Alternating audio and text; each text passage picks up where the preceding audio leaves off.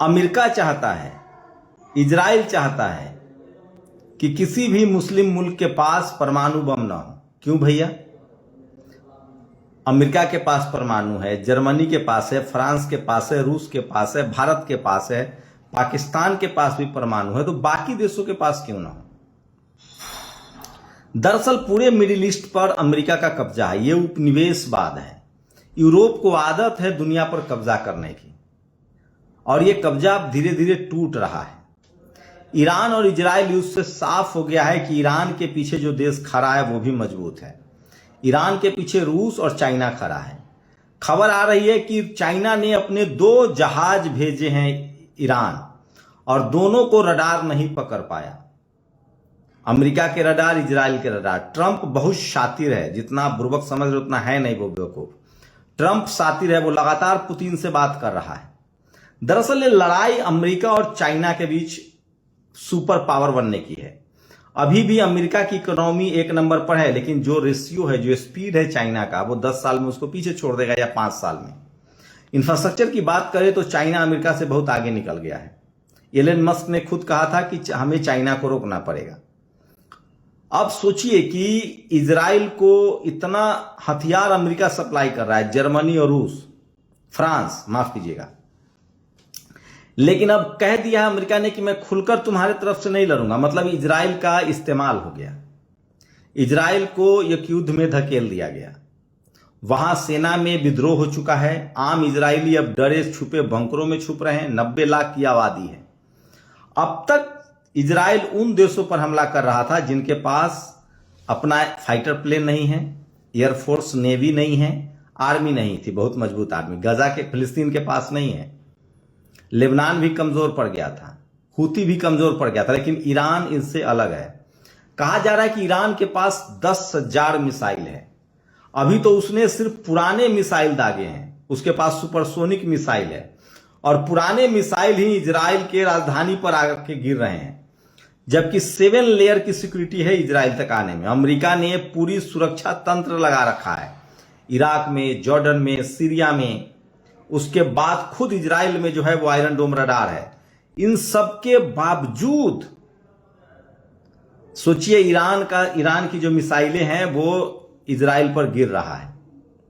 इसी बीच पुतिन लगातार यूक्रेन युद्ध में फंसा हुआ है। पुतिन को पता है कि यूक्रेन में मैं फंसा हुआ हूं तो अमेरिका की वजह से और यूरोप की वजह से। जर्मनी, फ्रांस, अमेरिका लगातार यूक्रेन को हथियार की सप्लाई कर रहा है। अब आया है ऊंट पहाड़ के नीचे। आजकल दरअसल मामला यह है कि आजकल कोई भी देश दूसरे के युद्ध में टांग नहीं अड़ाएगा, वो पीछे से ही बैकअप करेगा। अमेरिका इजराइल को बैकअप कर रहा है, अमेरिका यूक्रेन को बैकअप कर रहा है। अब ईरान को बैकअप करना शुरू किया है रूस ने और चाइना ने। जैसे चाइना ने पाकिस्तान को भी बैकअप किया था, और इसी बैकअप का नतीजा है कि अब इजराइल फंस गया है। अब रूस से अमेरिका राष्ट्रपति बात कर रहा है। अब रूस बार्गेन करेगा कि मैं ईरान को तभी कहूंगा युद्ध रोकने के लिए या सीज फायर करने के लिए जब आप यूक्रेन को कहो सरेंडर करने के लिए, और रूस यही गेम खेलेगा। रूस कहेगा कि मुझे यूक्रेन चाहिए, जो यूक्रेन पर वो हमला किया था उसने, क्योंकि उसे यूक्रेन चाहिए। तो ये बड़ा मामला फंस गया, और इसमें आम लोग मरेंगे। ईरान के भी आम लोग मरेंगे, इजराइल के भी आम लोग मरेंगे। युद्ध से किसी का भला नहीं होता है। मैं फिर कह रहा हूं, अमेरिका और चाइना ये दोनों देश हैं जो खेल का मजा ले रहे हैं। वो चाहते हैं कि दुनिया में लोग लड़ते रहें, और ये दोनों देश हथियारों की सप्लाई करता रहे। इसमें रूस शिकार है। रूस इतना ज्यादा, पुतिन या रूस इस तरह से बहुत विस्तारवादी नीति नहीं, लेकिन रूस का भी अपना नफा नुकसान है। वो चाहता है कि जो उसके आसपास के देश हैं उस पर उसका कंट्रोल रहे। लेकिन सबसे ज्यादा अगर कोई मजा ले रहा है दुनिया में तो वो अमेरिका है और चाइना है। ये दोनों एक दूसरे को हथियार सप्लाई कर रहे हैं, और छोटे छोटे देश आपस में लड़ रहे हैं। मैं फिर कह रहा हूं, रूस और चाइना इस देश दुनिया को निगल जाना चाहता है। इसलिए आज के समय में वही देश सुरक्षित रहेगा जो रूस और चाइना से सावधान रहे, जो अमेरिका और चाइना से सावधान रहे। जो इनके साथ भी रहेगा उसका फायदा नहीं है। अभी इजराइल ने कहा अमेरिका को कि आप हमारे साथ लड़िए खुलकर, उसने मना कर दिया कि हम नहीं लड़ेंगे, आपको लड़ना, हम हथियार बेचेंगे और फ्री में हथियार नहीं दे रहे हैं। ये बात नॉर्थ कोरिया समझता है। सोचिए, नॉर्थ कोरिया ने अपने मिसाइल्स डेवलप किए, अपना परमाणु बम डेवलप किया और इसलिए वो सुरक्षित है। ईरान ने भी मिसाइल डेवलप किए हैं, परमाणु बम डेवलप किया और यहां वो फंस रहा है। तो अमेरिका और चाइना जो है वो खेल का असली किरदार है। चाइना उन देशों को हथियार सप्लाई करता है जिन देशों को अमेरिका के खिलाफ लड़ना है। अमेरिका उन देशों को हथियार सप्लाई कर रहा है। तो दुनिया में चाइना और अमेरिका में नंबर 1 बनने की रेस है और सबसे ज्यादा पैसा सैटेलाइट के बिजनेस में है और हथियारों के बिजनेस में है। लेकिन अब जो स्थिति बन रही है उसमें साफ है कि दुनिया के उन तमाम देशों को अगर आपको सुरक्षित रहना है तो अंधविश्वास से दूर रहना पड़ेगा, आपको विज्ञान पर काम करना पड़ेगा। अब वही देश सुरक्षित रहेंगे जिनके पास ड्रोन्स हो, जिसके पास 10,000 15,000 किलोमीटर मार करने वाले मिसाइल्स हो और जिनके पास अपनी देश की सुरक्षा के लिए रडार हो। और अब दुनिया में एक रेस शुरू होगा हथियार बनाने का, खासकर ड्रोन, फाइटर प्लेन और रडार जो मिसाइल को रोक सके, और परमाणु बम, बैलिस्टिक मिसाइल, सुपरसोनिक मिसाइल। ये बड़ी रेस शुरू होगी, एकदम 21वीं सदी विज्ञान की सदी होगी। और जो लोग अब अंधविश्वास और कर्मकांड को बढ़ा रहे हैं वो सब अपने ही देश के दुश्मन हैं। पाकिस्तान में अंधविश्वास और कर्मकांड अपने सीमा पर है तो उसके पास कुछ नहीं है।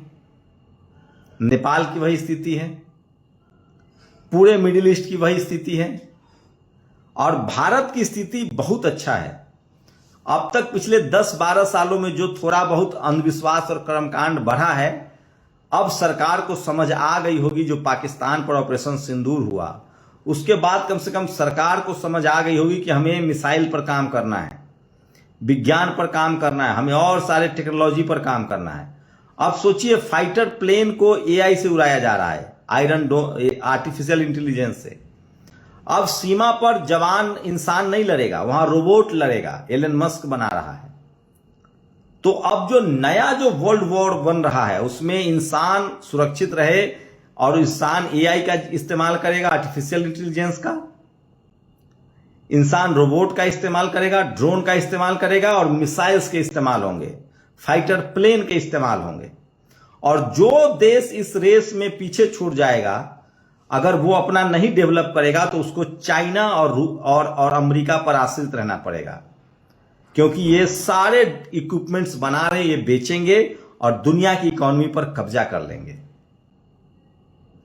तो अब जो देश धर्म के नाम पर लड़ेगा आपस में, जाति के नाम पर आपस में लड़ेगा, जो ज्ञान विज्ञान को नहीं अपनाएगा, अब तो साफ हो गया है, चाहे वो भारत पाकिस्तान के बीच ऑपरेशन सिंदूर हो, चाहे इजराइल और ईरान के बीच का युद्ध हो। आज अमेरिका इसलिए ठसक से है क्योंकि उसके पास आधुनिक विमान है, और चाइना इसलिए ठसक से है क्योंकि उसके पास भी आधुनिक विमान है, और रूस इसलिए ठसक से है क्योंकि उसके पास चाइना जैसे दोस्त हैं। लेकिन मैं फिर कह रहा हूं, अमेरिका और रूस की एक ही पॉलिसी है कि हथियार बेचा जाए। अब वो तमाम देश या तो अपना हथियार डेवलप करें या हथियार खरीदे। खरीदने वाला देश बहुत सुरक्षित नहीं रहेगा। अब हथियार डेवलप करना पड़ेगा और भारत के पास वो ताकत है, हमारे पास वो आबादी है। बस हमें अपने लोगों को स्कूल, कॉलेज, यूनिवर्सिटी तक पहुंचाना पड़ेगा। और जो ये अंधविश्वास के धंधे में है, कर्मकांड के धंधे में है, उनसे टाटा सरकार को कानून बनाकर रोक लगाना चाहिए। हमें नए यूनिवर्सिटी खोलने पड़ेंगे, नए रिसर्च सेंटर खोलने पड़ेंगे, हमें आर्टिफिशियल इंटेलिजेंस पर काम करना पड़ेगा, हमें ड्रोन्स बनाने पड़ेंगे, हमें फाइटर प्लेन बनाने पड़ेंगे, हमें आधुनिक तकनीक के मिसाइल बनाने पड़ेंगे। ये सब आप खरीदेंगे तो आपकी अर्थव्यवस्था डूब जाएगी, सारा पैसा आपका चला जाएगा। जो पैसा खरीदने से अच्छा है कि हम उसको डेवलप करें, जैसे भारत में डेवलप ब्रह्मोस है। तो जो सरकारें, दुनिया के किसी देश की सरकार हो, अब उसको टेक्नोलॉजी में आगे जाना पड़ेगा, नहीं तो दुनिया अब टेक्नोलॉजी का हो गया है। कोई अमेरिका से बैठकर आपके बेडरूम में मिसाइल दाग सकता है। इजराइल ने यही किया था। इजराइल में बैठे हिजबुल्लाह को मार गिराया था, हमास के नेता को मार गिराया था। अभी ईरान के सेना प्रमुखों को मार गिराया ड्रोन से, मिसाइल से और फाइटर प्लेन से। तो ईरान के पास भी फाइटर प्लेन है, मिसाइल्स है, ड्रोन्स हैं, वो भी इस्तेमाल कर रहा है। तो हथियारों का दो बड़ा सौदागर दुनिया के सामने है, एक चाइना और एक अमेरिका। और जिन देशों को आगे तरक्की करनी है, सुरक्षित रहना है, उनको अपने हथियार बनाने पड़ेंगे। इसी बीच अडानी को बड़ा नुकसान हुआ है और हाइफा जो बंदरगाह है उसको लगभग ईरान ने जला दिया है। आज रात कयामत की रात होगी। कहा जा रहा है कि ईरान बड़ा फैसला ले सकता है और वो बड़े मिसाइल्स इजराइल पर दाग सकता है। अमेरिका ने मना कर दिया है और रूस और चाइना ने हथियारों की डिलीवरी ईरान को और हथियार सप्लाई करना शुरू कर दिया है। मैं दावे के साथ कह सकता हूं कि जिस तरह की ताकत ईरान ने दिखाई है, 24 घंटे के अंदर यह युद्ध रुक जाएगा, क्योंकि इजराइल को पता चल गया है, ईरान और अमेरिका को पता चल गया है कि ईरान झुकने वाला नहीं है, क्योंकि उसके पास हथियार हैं। और इसके लिए ईरान के वैज्ञानिकों को थैंक यू बोलना चाहिए, ईरान के उन वैज्ञानिकों को जिन्होंने सारे हथियार डेवलप किए हैं। अब दुनिया में वही देश तरक्की करेगा, वही सुरक्षित रहेगा जिसके पास आधुनिक हथियार होंगे, ड्रोन्स होंगे, फाइटर प्लेन होंगे। नहीं तो अपने पड़ोसी से बचने के लिए उसे हथियार खरीदना पड़ेगा और वो हथियार खरीदने वाला देश कंगाल हो जाएगा। तो ये सब कुछ हो रहा है अमेरिका और चाइना के बीच आगे बढ़ने की। आप लोग अपनी राय जरूर दीजिए। शुक्रिया। नेशनल दस्तक की आपसे गुजारिश है कि अगर इसको बचाना चाहते हैं तो नेशनल दस्तक को सब्सक्राइब करने के लिए रेड कलर के सब्सक्राइब बटन को दबाएं, फिर बेल आइकन की घंटी दबाएं। नेशनल दस्तक को बचाने के लिए बहुत जरूरी है कि हर खबर को शेयर करें, लाइक करें, कमेंट जरूर करें।